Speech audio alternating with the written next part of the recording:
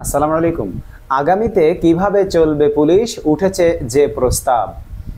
যুগ যুগ ধরে ঔপনিবেশিক আইনে চলছে পুলিশ। অবৈধ প্রভাবের মাধ্যমে পুলিশকে নিয়ন্ত্রণ করছে রাজনৈতিক ক্ষমতাবানরা। বিষয়টি নিয়ে পুলিশের ভেতর এবং বাহিরের ক্ষোভ অনেকটা প্রকাশ্য। অনেক আগেই দাবি উঠেছে পুলিশ সংস্কারের। 111 সরকারের সময় এ দাবি জোরালো হয়েছিল। তখন প্রস্তাব আসে নতুন পুলিশ আইন প্রণয়নের। সে অনুযায়ী বাংলাদেশ পুলিশ অধ্যাদেশ 2007-এর খসড়া প্রস্তুত করা হয়। খসড়াটি সংশ্লিষ্ট মন্ত্রণালয়ে আটকে যায়। 2008 সালের ডিসেম্বরে অনুষ্ঠিত নির্বাচনে আওয়ামী লীগ সরকার ক্ষমতায় আসার পর সেটি চলে যায় ডিপ ফ্রিজের অতল তলে। টানা 15.5 বছরের বেশি সময় ধরে গত সরকার পুলিশকে যাচ্ছে তাইভাবে ব্যবহার করেছে। ছাত্র জনতার আন্দোলনের মুখে পদত্যাগ করে শেখ হাসিনা পালিয়ে যাওয়ার পর পুলিশের শীর্ষ পর্যায়ের অনেক কর্মকর্তা আত্মগোপনে যায়। এমন প্রেক্ষাপটে আবারও দাবি উঠেছে পুলিশ সংস্কারের। ইতিমধ্যেই পুলিশ সংস্কার কমিশনের প্রধান হিসেবে সফররাজ চৌধুরীর নাম ঘোষণা করেছে অন্তর্বর্তী সরকার। এরপর থেকেই পুলিশের সংস্কারের ফের শুরু হয়েছে তৎপরতা। ইতিমধ্যেই জাপানের অনুকরণে এ সংক্রান্ত একটি সংস্কার প্রস্তাব পাঠানো হয়েছে সরকারের উচ্চ পর্যায়ে। পুলিশের বিশেষায়িত ইউনিটের একটি টিম ওই প্রস্তাবটি পাঠিয়েছে, খবর সংশ্লিষ্ট সূত্রের। প্রস্তাবে বলা হয়েছে পুলিশ চলবে ন্যাশনাল পাবলিক সেফটি কমিশনের অধীনে। এই কমিশনের অধীনে থাকতে পারে সরকারের গুরুত্বপূর্ণ অন্যান্য দফতরও। পাবলিক সেফটি কমিশনের অধীনে থাকলেও পুলিশের জন্য থাকবে জাতীয় পুলিশ কমিশন। প্রধানমন্ত্রী কখনো এই কমিশনের উপর হস্তক্ষেপ করতে পারবেন না। কমিশন হবে রাজনৈতিক ও দলীয় প্রভাব মুক্ত। আরো বলা হয়েছে স্বরাষ্ট্র মন্ত্রণালয়ের দায়িত্বপ্রাপ্ত মন্ত্রী পদাধিকার বলে 11 সদস্য বিশিষ্ট এই কমিশনের চেয়ারপারসন হিসেবে দায়িত্ব পালন করবেন। জাতীয় সংসদের স্পিকার, সংসদ নেতা এবং বিরোধী দলীয় নেতার পরামর্শ অনুযায়ী কমিশন 4 জন সংসদ সদস্য মনোনীত করবেন। খুবই ভালো একটি প্রস্তাব। তাদের মধ্যে 2 জন সরকারি দলের এবং 2 জন বিরোধী দলের হবেন।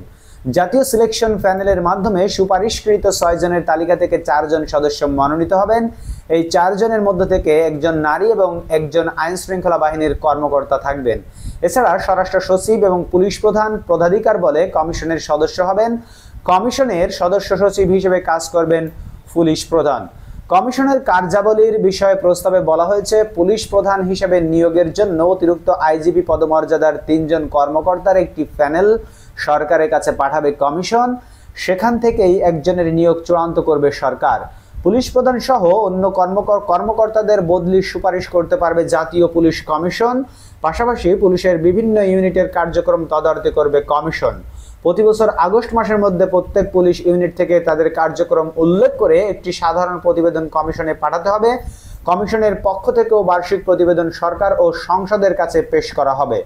পুলিশের দায়িত্বের বিষয়ে বলা হয়েছে জনগণকে যথাযথ সম্মান দিতে হবে, তাদের সঙ্গে সৌজন্যতা দেখাতে হবে, দরিদ্র, অক্ষম, দুর্বল ও বৃদ্ধদের নিরাপত্তাবোধ এবং নাগরিকদের মৌলিক অধিকার নিশ্চিত করতে হবে। পুলিশি ব্যবস্থায় জনগণের অংশগ্রহণ উৎসাহিত করতে হবে। প্রস্তাবে বলা হয়েছে পুলিশ সদস্যের আচরণের মান উন্নয়নের জন্য পুলিশ প্রধান আচরণবিধি জারি করবেন। পুলিশ সদস্যের অপরাধের বিচারের জন্য পুলিশ ট্রাইব্যুনাল গঠনের প্রস্তাব দেওয়া হয়েছে। বলা হয়েছে সিনিয়র র্যাঙ্কের পুলিশ সদস্যদের বিচারের জন্য গঠিত ট্রাইব্যুনালের প্রধান থাকবেন একজন অতিরিক্ত আইজিপি পদমর্যাদার কর্মকর্তা। আর জুনিয়র র্যাঙ্কের কর্মকর্তাদের বিচারের জন্য গঠিত ট্রাইব্যুনালের প্রধান হবেন পুলিশ সুপার, এসপি পদমর্যাদার কর্মকর্তারা। এসপি থেকে আইজিপি পর্যন্ত পদমর্যাদার কর্মকর্তারা সিনিয়র র্যাঙ্ক এবং কনস্টেবল থেকে পরিদর্শক পদমর্যাদার কর্মকর্তারা জুনিয়র র্যাঙ্ক হিসেবে বিবেচিত হবেন। জাতীয় প্রশিক্ষণ নীতির আলোকে সব র্যাঙ্ক ও পদের পুলিশ সদস্যদের জন্য একটি শিক্ষা ও প্রশিক্ষণ নীতি প্রণয়নের কথা বলা হয়েছে প্রস্তাবে।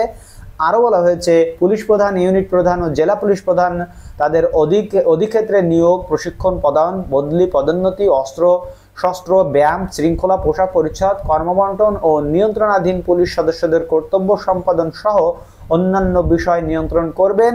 পুলিশের জন্য একটি গবেষণা ব্যুরো তৈরির কথাও বলা হয়েছে। সূত্র জানায় সম্প্রতি পুলিশের পক্ষ থেকে যে সংস্কারের প্রস্তাব দেওয়া হয়েছে সে ধরনের প্রস্তাব 2007 সালেও দেওয়া হয়েছিল। 2007 সালের প্রস্তাবে একটি নতুন পুলিশ আইন তৈরির কথা বলা হয়েছিল। পুলিশি কর্মকাণ্ডে অবৈধ হস্তক্ষেপকে ফৌজদারি অপরাধ হিসেবে গণ্য করতে হবে। পুলিশের কার্যক্রমে শক্তি প্রয়োগ ন্যূনতম থাকবে। আইন প্রয়োগের নামে বেআইনি উপায়ের ব্যবহার বন্ধ করতে হবে।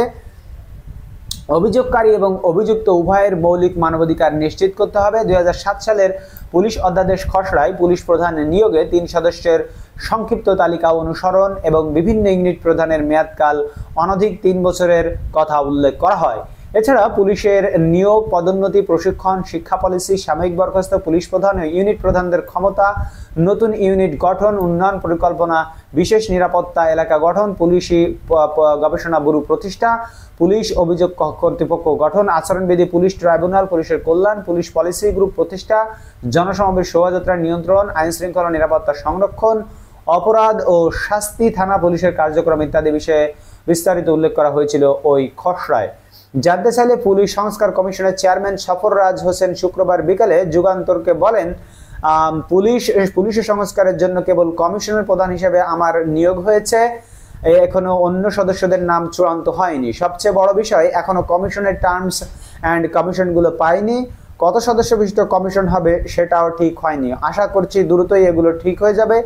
1 অক্টোবর থেকে কমিশনের অফিসিয়াল কার্যক্রম শুরু হবে বলে উল্লেখ করে তিনি বলেন, এখনই বিস্তারিত বলার সুযোগ নেই। বন্ধুরা, আপনারা কি চান যে পুলিশ তাদের নতুন ভাবে ফিরে আসুক এবং পুলিশের নতুন সংস্করণ হোক? হলে আপনারা আপনাদের মূল্যবান মতামত জানাতে কমেন্ট বক্সে ভুলবেন না। দেখা হবে পরবর্তী ভিডিওতে অন্য কোনো খবর নিয়ে। সে পর্যন্ত আপনারা সকলে ভালো থাকবেন। আল্লাহ হাফেজ।